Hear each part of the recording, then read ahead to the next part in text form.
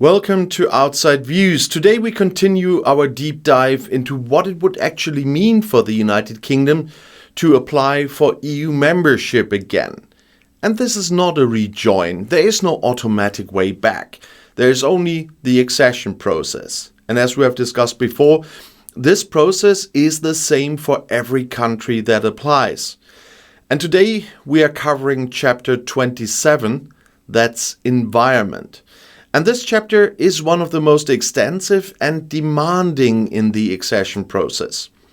Environmental protection is a cornerstone of EU policy, requiring member states to implement strict laws, but also high standards and a well-functioning administrative system. For the UK, post-Brexit divergence from EU environmental regulations could pose significant challenges in meeting these requirements.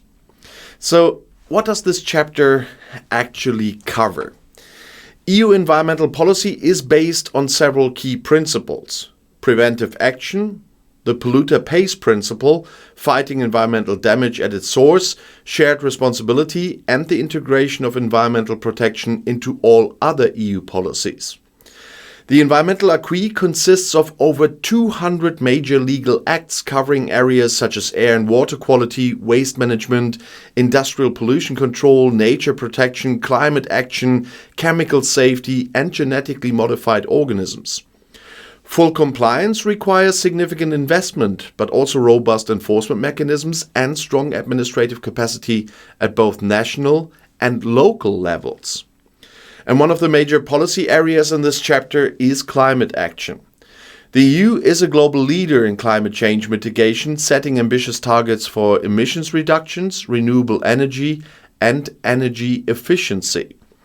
The European Green Deal aims to make the EU climate neutral by 2050, and this means strict targets for reducing greenhouse gas emissions, transitioning to sustainable energy, and promoting green technologies.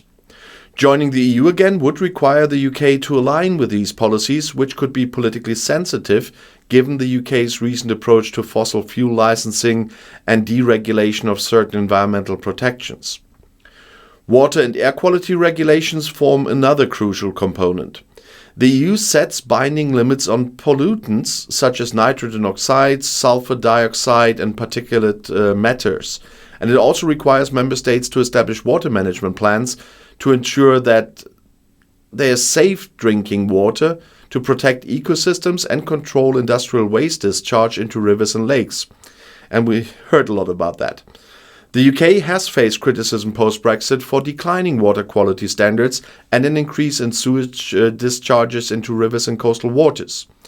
Joining the EU again would necessitate bringing these standards back in line with EU requirements, which would likely require substantial investment in water treatment infrastructure. And waste management is another major issue. The EU's circular economy strategy promotes waste reduction, recycling, and sustainable resource use. Strict regulations govern landfill management, hazardous waste disposal, and plastic reduction measures. The UK has introduced its own waste strategies post-Brexit, but many of these fall short of EU ambitions. Full compliance with EU waste directives would require stricter targets for recycling rates, bans on certain types of plastic waste, and stronger enforcement against illegal waste dumping. Nature protection and biodiversity laws are equally demanding. The EU's Natura 2000 network establishes protected areas that cover nearly 20% of EU territory, aiming to conserve habitats and species under the Birds and Habitats directives. The UK previously participated in this network but now operates its own domestic conservation schemes, which lack the same level of integration with broader European biodiversity strategies. Joining the EU again would mean reinstating EU-level nature protections and ensuring full compliance with habitat conservation measures. Industrial pollution control is another area of the acquis that would require substantial changes. The EU's Industrial Emissions Directive sets limits on pollutants released by power plants, factories, and other industrial facilities. It also enforces strict permitting requirements for businesses operating in sectors with high environmental impact. The UK has relaxed some of its industrial regulations since Brexit, citing economic competitiveness, but these would have to be reversed to meet EU standards. The regulation of chemicals and genetically modified organisms, or GMOs, is another important element.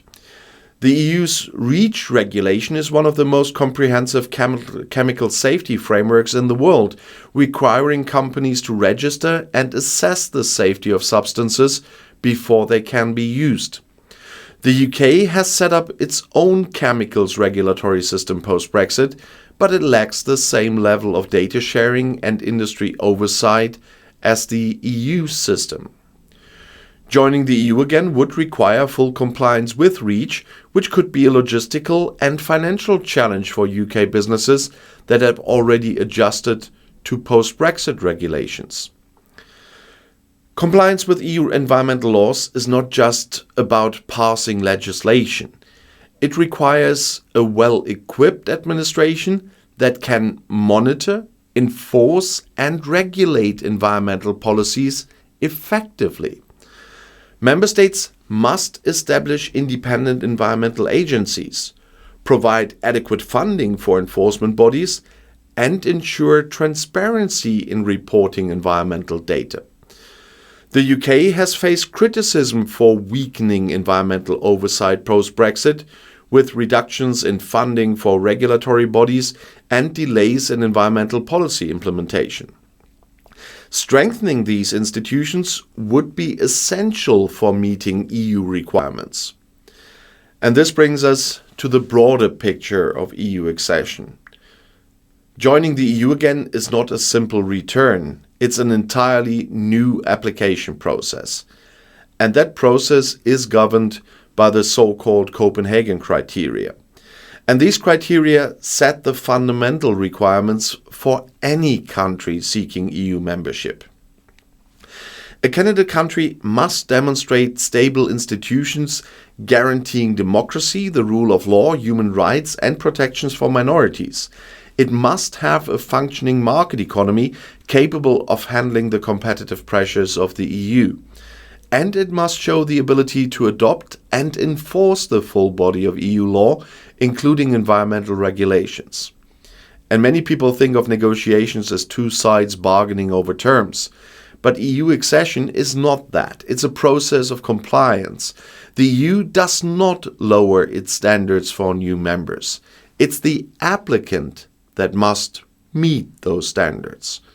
And the UK, if it ever were to apply, would not receive special treatment. It would go through the same 35-chapter process as any other applicant. And environment is just one of these 35 chapters. Failure to comply means failure to progress in the accession process. And this is why this process is so long and rigorous. There are no shortcuts, only full compliance. And joining the EU again means fully aligning with EU environmental laws, reinstating strict pollution controls, investing in waste management and water quality, and committing to the EU's ambitious climate policies. There would be no opt-outs, no exceptions, no cherry-picking, only the process. And given the UK's current political climate, achieving compliance with this chapter could be one of the most politically and economically challenging hurdles in joining the EU again. It would require political will, legislative reform, and a renewed commitment to sustainability that has been lacking since Brexit.